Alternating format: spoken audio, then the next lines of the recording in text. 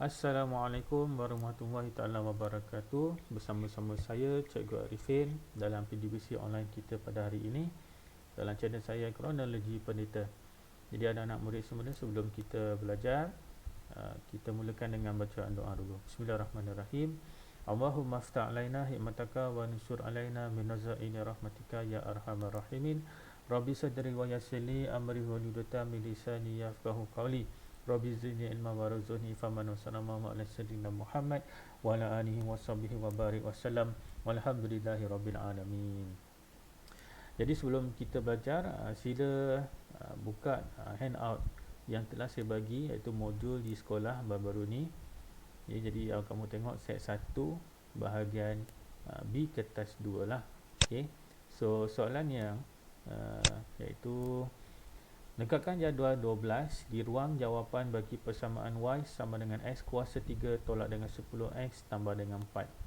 So di sini kaedahnya kamu gantikan X kuasa 3 tolak dengan 10X tambah dengan 4.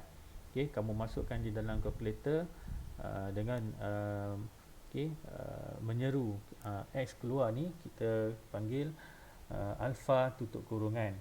Okay, kalau kamu tengok ni di sini kalkulator yang saya sediakan. Okey, saya masukkan alfa tutup kurungan X yang kuasa 3. Okey, kemudian tolak dengan 10, alfa tutup kurungan dan tambahkan dengan 4. Okey, katakan calculate, masukkan nilai pertama negatif 3 dan dia akan beri bacaan 7. Okey, kemudian masukkan nilai 1, maka dia akan beri bacaan negatif 5. Okey, jadi tulis jawapan dia dalam ruang jawapan lah. Di sini saya tulis dalam kotak ni lah. Okey, so ini jawapan bagi jawapan yang kita cari itulah untuk nilai Y. Okey, jadi seterusnya dengan menggunakan skala 2 cm kepada 1 unit, okey, 2 cm kepada 1 unit pada paksi X dan 2 cm kepada 5 unit pada paksi Y. Lukiskan graf Y sama dengan X kuasa 3 tolak 10X tambah dengan 4.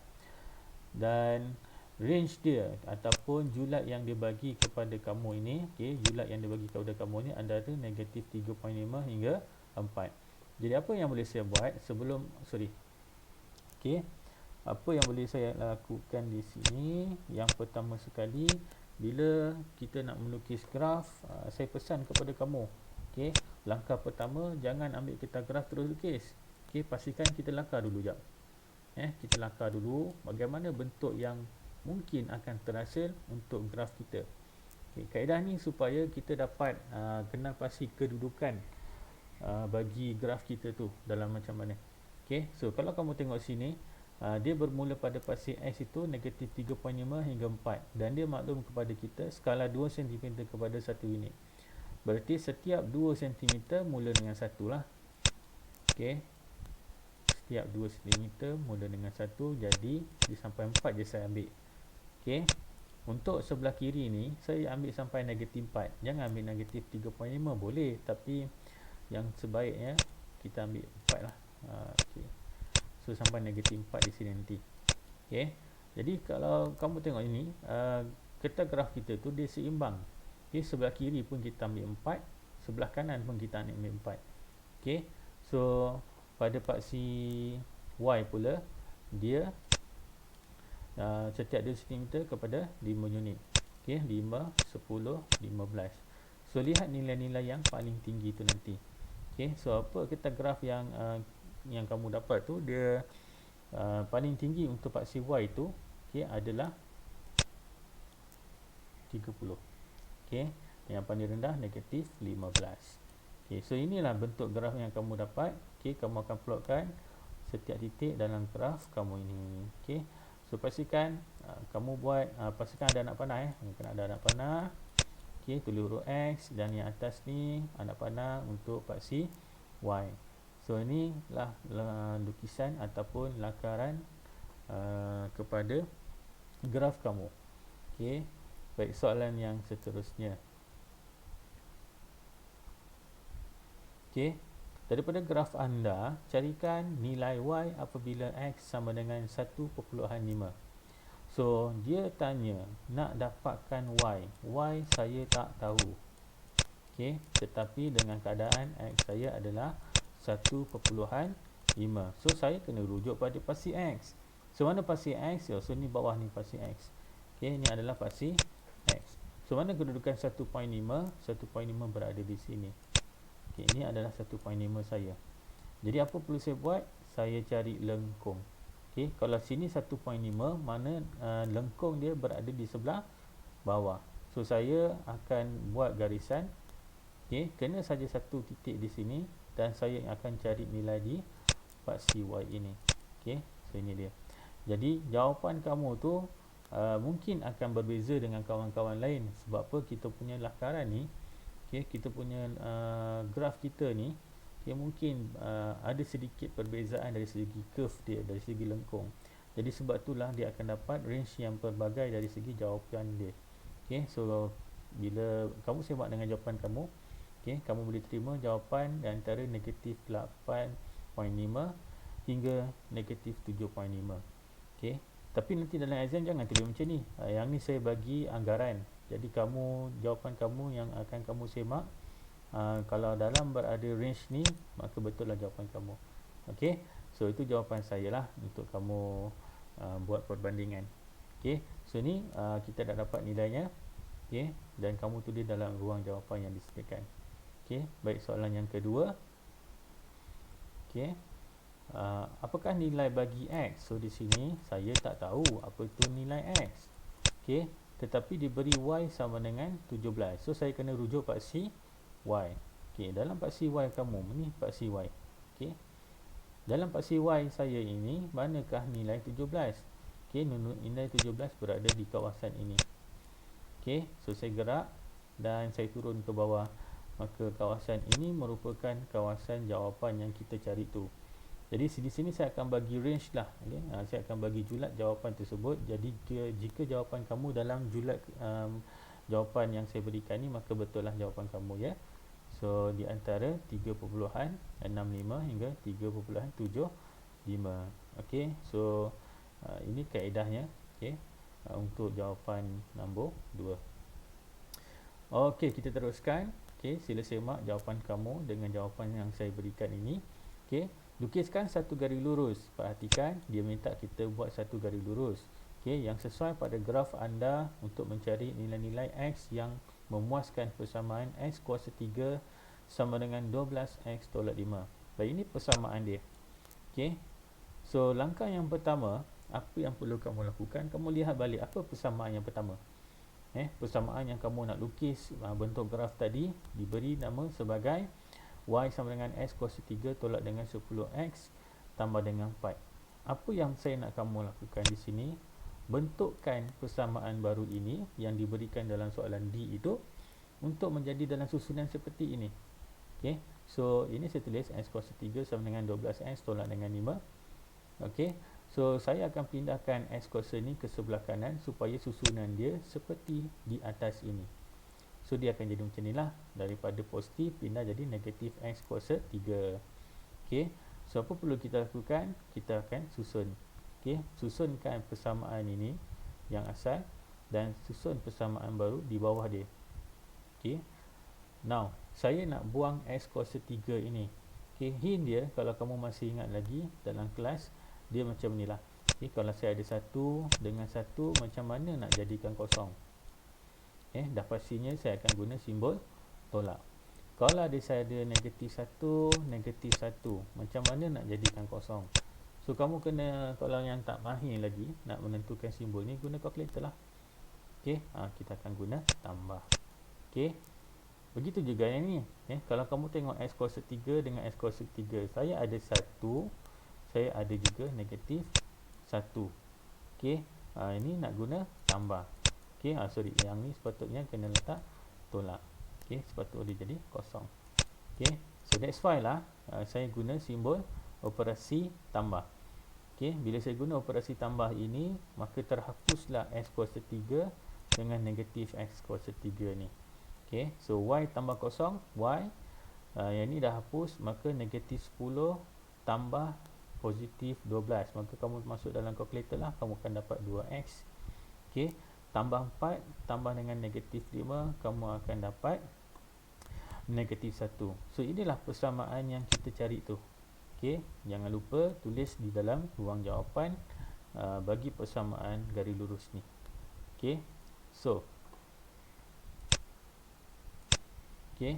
saya masukkan dalam jadual untuk mendapatkan koordinat untuk kita plotkan dalam graf nanti, iaitu negatif 3, 0 dan 4. Okey, saya ambil hujung dan pangkal lah. Okey, saya ambil negatif 3 dan saya ambil 4. Tengah-tengah ni saya letak kosong. Yang ni macam biasalah, kamu ganti dalam kalkulator 2 alpha x tolak dengan 1. Okey, dan tekan calculate, kamu akan dapat negatif 7, negatif 1 dan 7. So dalam graf kamu ini yang tadi, okey, saya akan plotkan negatif 3, negatif 7, 0, negatif 1 dan 4, 7. Okey, saya akan dapat 3 tempat ini. Okey, so inilah 3 titik tersebut. Kemudian saya akan gariskan garisan lurus untuk mendapatkan persamaan 2x tolak 1, garisannya berada di sebelah ni, yang berwarna biru ni. Okey, so tu untuk soalan D. Okey, tapi kita tengok ni, di sini dia ada nyatakan nilai-nilai x tersebut. Okey, so kamu kena lihatlah kawasan mana yang telah berlaku persilangan. Okey, nanti kamu simak dalam graf kamu. Okey, saya nampak yang ni berlaku persilangan dan ni juga berlaku persilangan antara garis dan lengkung. So yang ni kamu gerak ke bawah, kamu akan dapat berapakah jawapan dia, dan sini kamu lihat kat sini berapakah jawapan dia nanti. Okey, sila semak sendiri dalam jawapan kamu. Okey, ini secara keseluruhan yang boleh saya bagi gambaran untuk kamu semak. Okey, sebab kita nak jumpa berdepan mata payah sekarang ni dalam musim Covid ni. Okey, dalam tempoh PKPB. Okey, saya harap dapat dengan kaedah macam ni kita dapat belajar, insya-Allah. Okey, baik, soalan seterusnya anak-anak semua. Okey.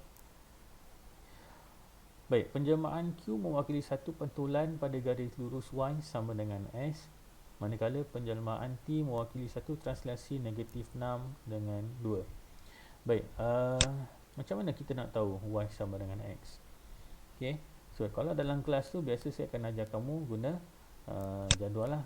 Jadual, kamu akan buat 3 kotak ni, kamu letak sini X dan kamu letak sini Y. So gantilah apa saja nilai. Kamu nak ganti negatif 1, 0, 1. Okey, kamu masuk dalam kalkulator lah. Okey, sebenarnya dia juga jawapan yang sama. Apabila X ni negatif 1, maka Y pun akan negatif 1. Jadi kalau kamu masuk dalam kalkulator, jawapan dia tak sama lah.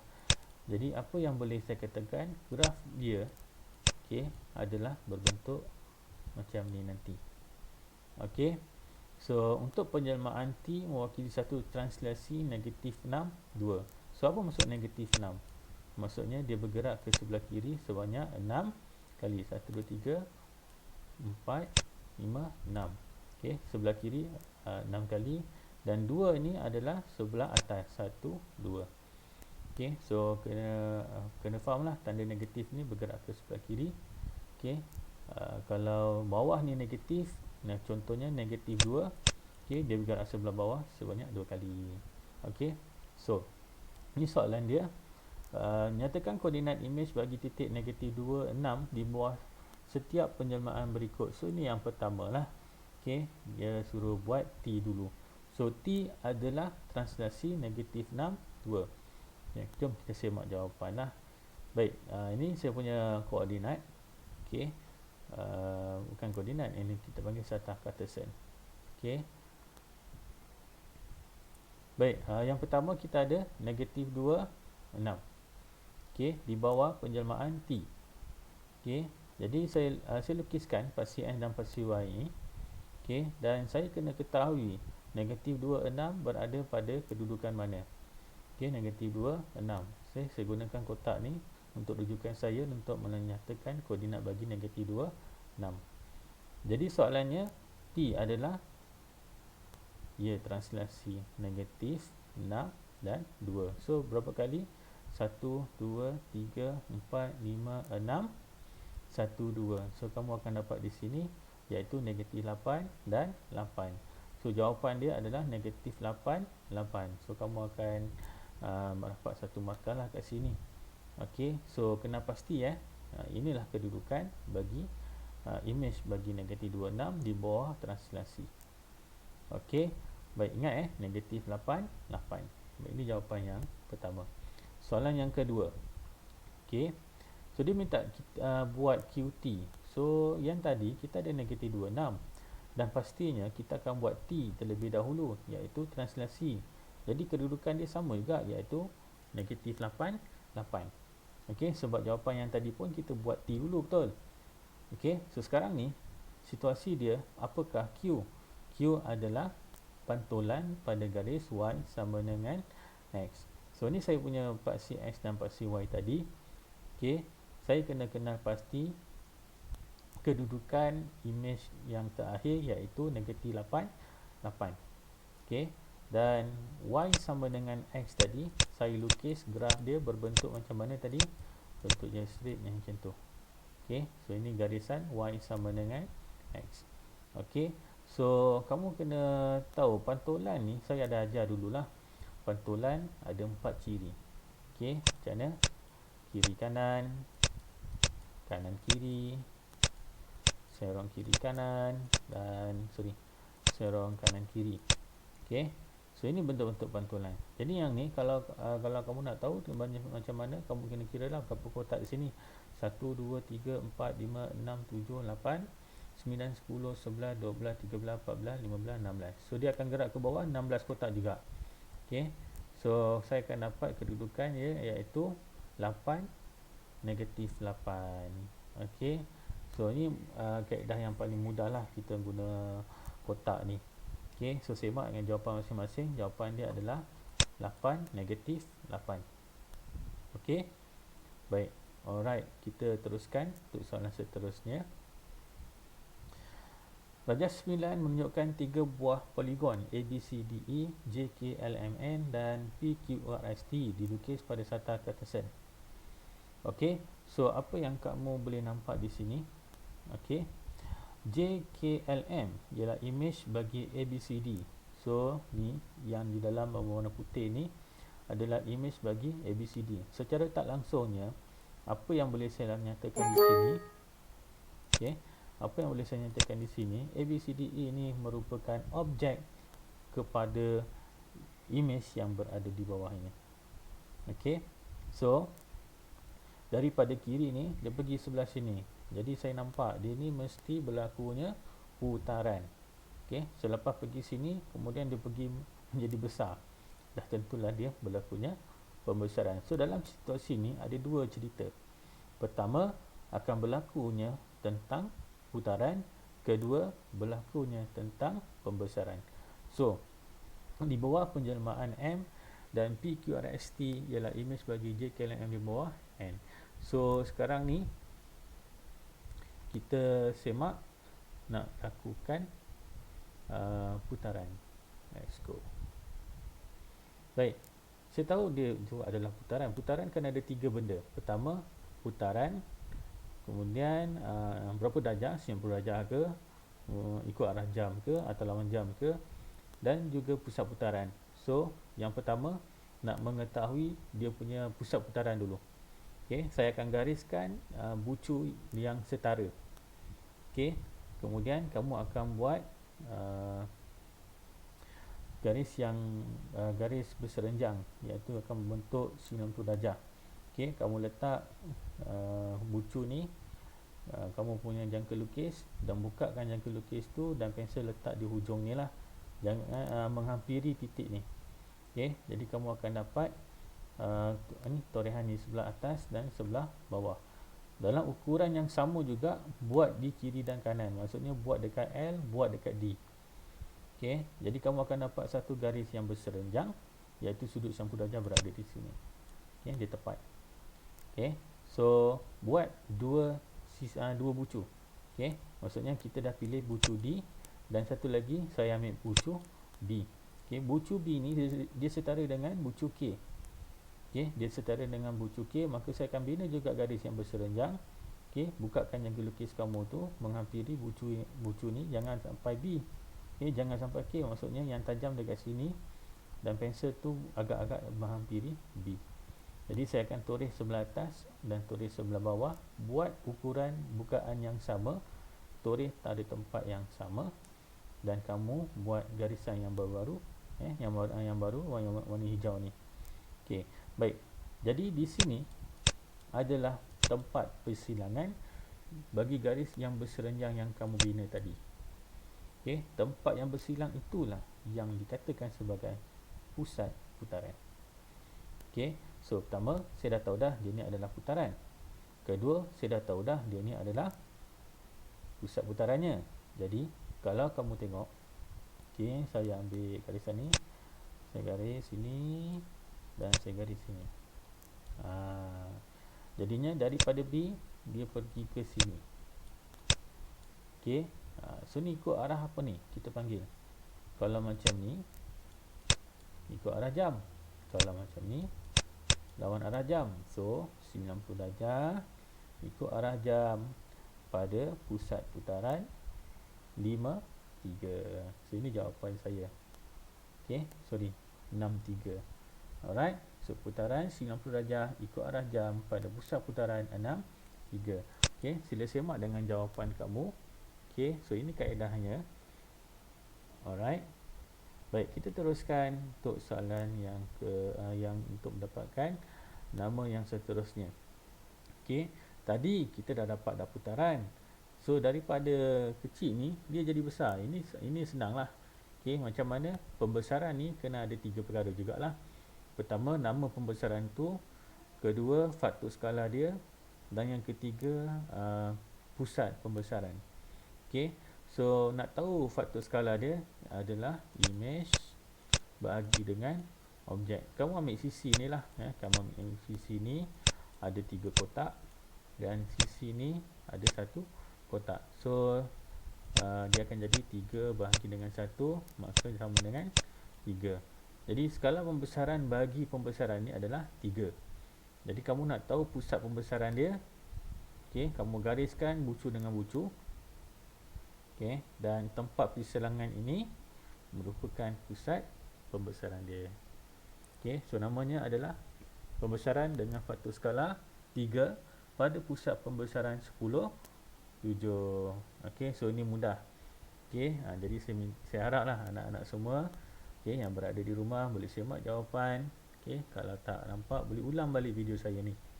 Okey, baik, kita teruskan untuk soalan seterusnya. Okey, baik. Yang ni soalan favourite kita lah. Okey, kita namakan dia Lee Kelo kalau kamu ingat lagi. Iaitu dia ada satu formula yang dinamakan sebagai luas imej sama dengan K kuasa 2 darabkan dengan luas objek. So soalan dia menyatakan bahawa 16 meter square ni iaitu adalah luas bagi ABCDE. Dan pada masa yang sama 16 meter square ni juga mempunyai keluasan yang sama dalam JKLMN. Okey, ni pun sama. Okey, jadi kalau kamu perhatikan, okey, dia minta kawasan yang berlorik. Kawasan yang berlorik ni adalah kawasan yang paling besar ini, yang mana di dalamnya telah pun terkandung 16. Okey, jadi apa yang boleh saya lakukan? Okey, baik, ini formula dia. Luas imej sama dengan K kuasa 2 darab luas objek. Okey, Lee K Lo. Baik, kenapa 16 tambah X? Okey, sebab apa? Ni luas imej. Luas imej adalah yang paling besar. Okey, di dalam luas imej ini telah pun terdapat luas yang dinyatakan iaitu 16. Manakala kawasan yang berlorik di luar ini saya tak tahu, jadi saya namakan dengan X. Sebab itulah luas imej merupakan 16 tambah dengan X. Kenapa? X ni adalah kawasan berlorik yang saya tak tahu tu. Okey, sama dengan 3 kuasa 2 iaitu dia punya ni faktor skala, dan darabkan dengan luas objek. Luas objek yang asal tadi adalah 16. Jadi kamu permudahkan dulu. Okey, kamu akan dapat 9. Okey, pindahkan 16 nanti ke sebelah kanan. Kamu akan dapat 144, pindahkan 16, 144 tolak dengan 16, maka X adalah 128 yang mewakili kepada luas kawasan yang berlorik.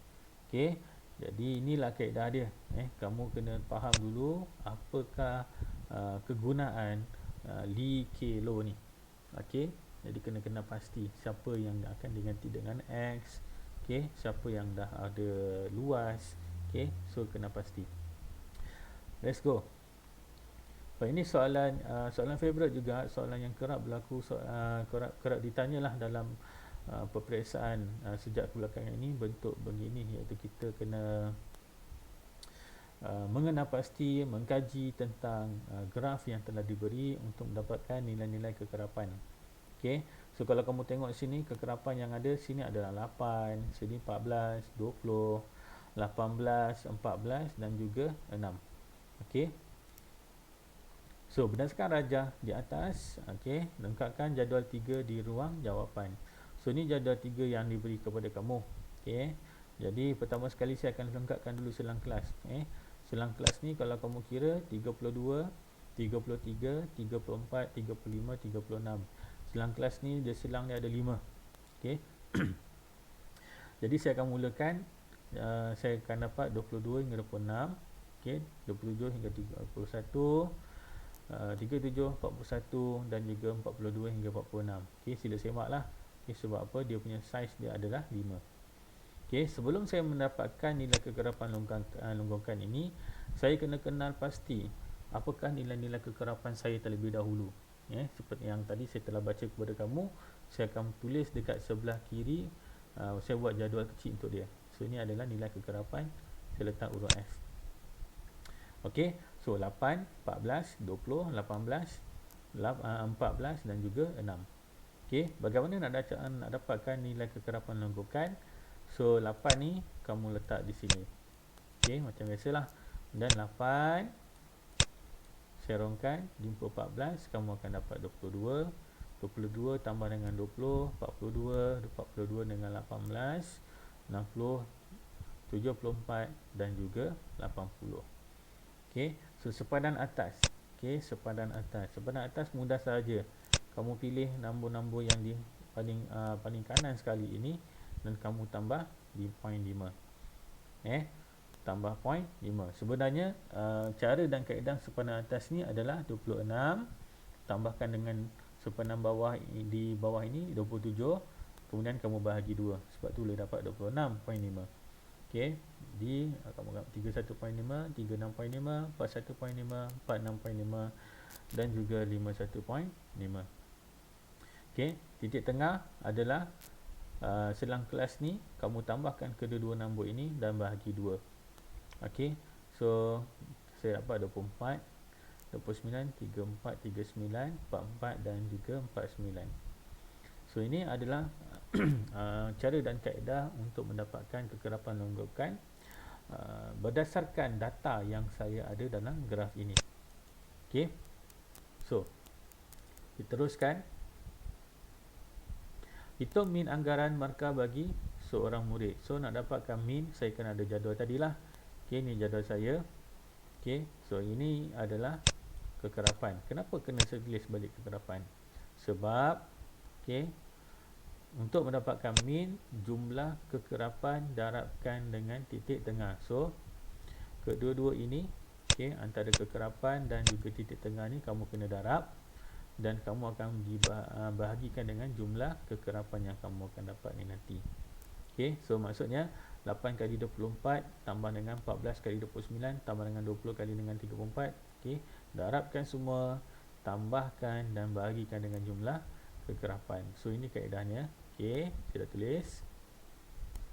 Okey, dan kamu akan dapat 2890 bagi dengan 80 iaitu 36.13. Alright, so now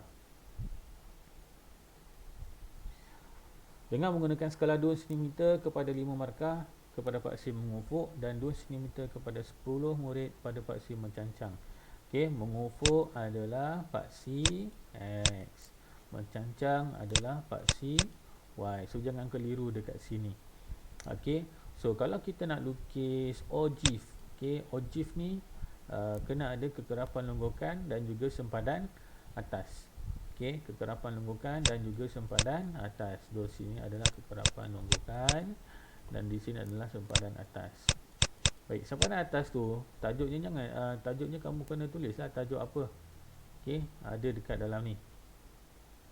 Okey, ni saiz kelas dia. Nanti kamu tengok nota tu. Soalan tu lah. Okey. Baik.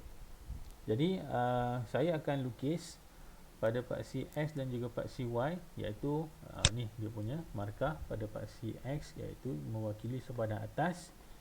Okey, ambil sepadan atas tu, kamu letak dalam dengan selang dia 2 cm dan mulakan dengan 26.5. Okey, 31.5, 36.5, 41.5 dan sampailah 51.5. Okey, ni kekerapan longgokan di sebelah kiri ni, iaitu pada paksi Y saya ni. Okey, so selang dia adalah 10, 20 sampai 100. Jadi sila pastikan graf kamu yang kamu lukis tu curve ataupun lengkung yang smooth lah, cantik, lurus, tidak ada bingkai bengkok. Okey, so barulah dapat markah penuh nanti.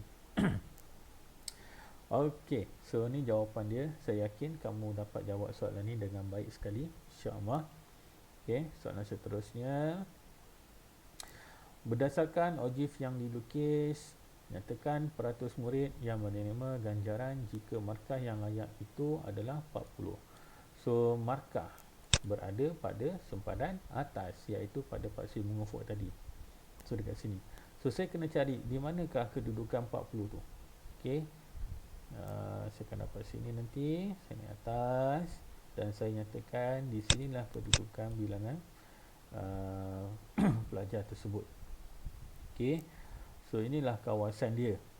Okey, apa perlu saya buat? Saya kena dapatkan perbezaan antara nilai ni 80 dan juga 50 berapa ni? 56. Okey. So iaitu perbezaan dia adalah 24. Dan dia nyatakan di sini berapakah peratus. Jadi 24 daripada 80 darabkan 100%, kamu akan dapat 30% untuk pelajar yang layak tersebut untuk menerima ganjaran. Alright. Baik, itu saja untuk hari ini. Okey, jadi saya harap walaupun kita tak dapat berjumpa bertentangan mata lagi dengan medan video yang saya buat ni, kamu boleh ulang dan boleh rujuk dan berbincang bersama-sama dengan kawan, insya-Allah. Okey, jadi kita sudahi dengan tasbih kifarah dengan surah Al-As. Bismillahirrahmanirrahim. Subhanakallahumma wa bihamdika asyhadu an la ilaha illa anta astaghfiruka wa atubu ilaik. Bismillahirrahmanirrahim. Wal 'asri innal insana lafi khusr illa allazina amanu wa 'amilus solihati wa tawassaw bil haqqi wa tawassaw bis sabr. Baik, terima kasih kelas. Kita jumpa lagi insya-Allah. Assalamualaikum warahmatullahi taala wabarakatuh.